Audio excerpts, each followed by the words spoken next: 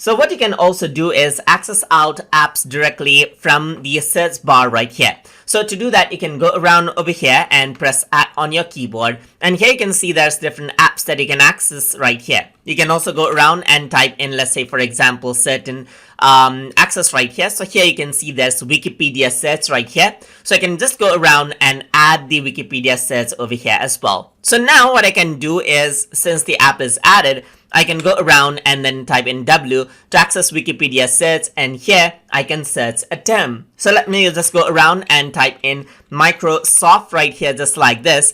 And once I do that, here you can see the articles right here just like this, and it is from the Wikipedia search right here. So this is what you have, as you can see, just like that, and you can copy the link out to clipboard right here just like this. And that is how you can access apps directly from the search bar inside of Microsoft Teams. So I hope you guys learned something as always. And as always, please like, comment, share, and subscribe.